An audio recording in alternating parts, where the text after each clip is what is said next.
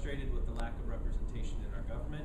It is time that we take back our state and we start to make the changes that we need to do. So what I want to go through today is, if I can get this to work, our agenda. I want to talk about why we developed the scorecard, what went into the scorecard. I want everybody to understand the results, the next steps that we have, how it's all going to work together, and then we'll open it up to questions at the end. So why develop a scorecard? We have one very specific goal that we had in mind, and that is to educate the voters of the state of New York about what each and every elected official is doing on behalf of taxpayers and the private sector businesses in the state of New York.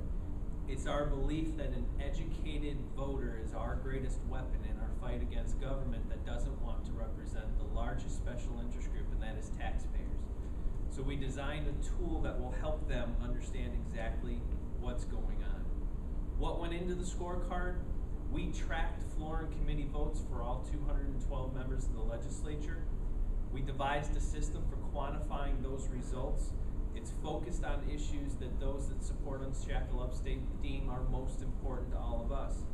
And it's critical to know we used a concept called last vote cast in our efforts. And what that means is there's a lot of activity that takes place in committees prior to a bill getting to the floor of the Senate or the Assembly. Many times scorecards and other rating systems look at simply floor votes. We wanted to give a better picture, so we focused in on the committee. So if a bill went to the committee and an individual voted in the committee for or against that bill, that's the vote that could ultimately show up on the scorecard. However, if that bill moved out of committee, went to the floor, then the floor vote actually counted. But if it never got there, we wanted to make sure that everybody understood exactly what happened during that session.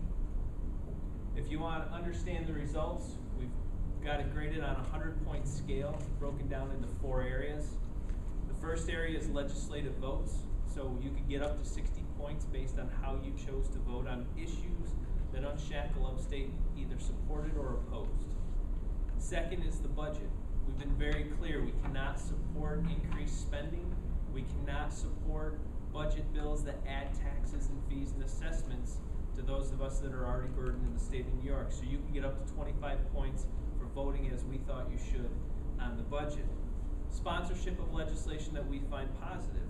There are things that we wanted to achieve. If you supported that through a legislative bill, you could get up to 15 points for that, thus giving you a total of 100. But a lot of times what happens is they sponsor bills and they sponsor other things that we find detract from what we're trying to do. So we wanted to make sure that they understood that that wasn't an acceptable premise. So you could lose up to 15 points in that section as well. So overall, you could get a best possible score of 100. You could get a low score of negative 15. So our next steps in this process. So now we've educated voters about what should and shouldn't take place when they go to the polls November 2nd. But there's more beyond that. Our next steps is Unshackle Upstate will be coming out with endorsements. We'll identify a select group of candidates that we feel deserve the vote of the taxpayers to go back to Albany or to go to Albany for the first time. We will wage an aggressive campaign, whether that's through traditional media, through social media, with grassroots support. We want to make sure that people understand those that we support should be voted for, those that we oppose should not. So we'll take an aggressive campaign. And ultimately, it's November 2nd, as Sandy said, that's Judgment Day. That's the day when we're really going to find out if our elected officials truly do want to represent the taxpayers, but also if the taxpayers are willing to make the changes that we need to get our state back on track. And that may mean that they don't get the vote from the people that they traditionally have because those people have turned their back on us. So we've got some things that we're going to do over the next little bit. Our endorsement process, so everybody is clear, it's based on 5 criteria.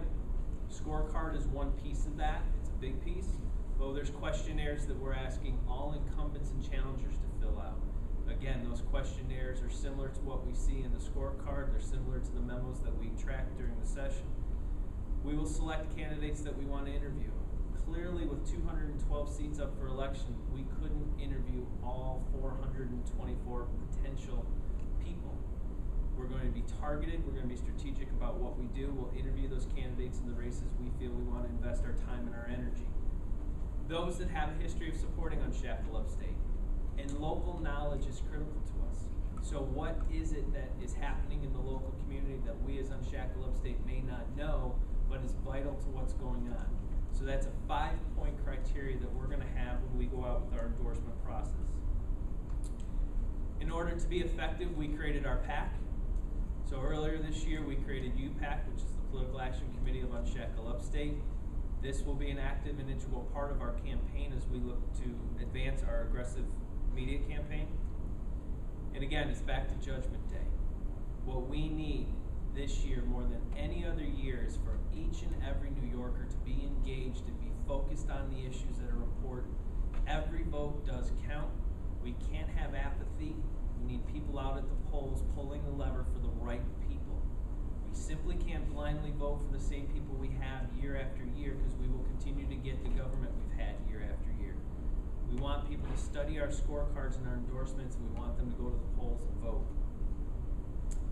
Judgment Day, it results in taxpayer action. We need to send a message to the Capitol.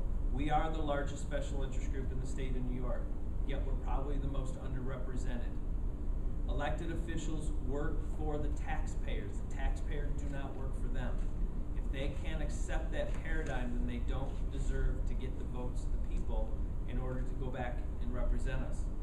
And upstate and all of New York's future is at stake. This is a time when we can truly take back and get a government that's representative of what we want. But if we again go to the polls and don't cast the right votes, we're going to get what we've gotten for decades, and that's not anything that any of us clearly want. So how it all works, how it all comes together, you have Unshackle Upstate, which was created 4.5 years ago to be the voice of upstate New York.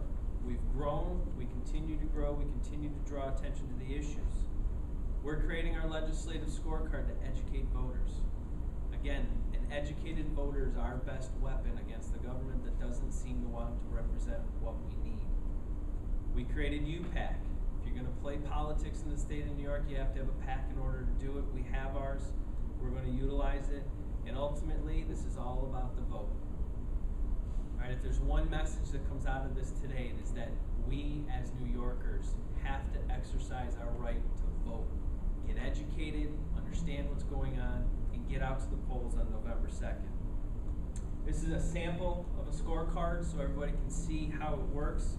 What you'll see is it's the senator's name, and then right below that will be their score out of 100 points, what district they represent, and then we ranked all of them, and they're ranked based on their house. So there's 62 members of the Senate, there's 150 members of the Assembly. It's important for everybody to know there can be ties. All right, so if it's a 6, there could be a couple other people that have a 6 as well. All right, so we did allow for ties. And then all through this scorecard here, you'll see these are all the bills that we tracked. And what we've done is we've made them hyperlinks. So anybody that goes and takes a look at the scorecard can click on a bill and go and see what it's about, so they understand why we picked that issue and why we're fighting for that. But overall, again, this is an educational tool for people to utilize.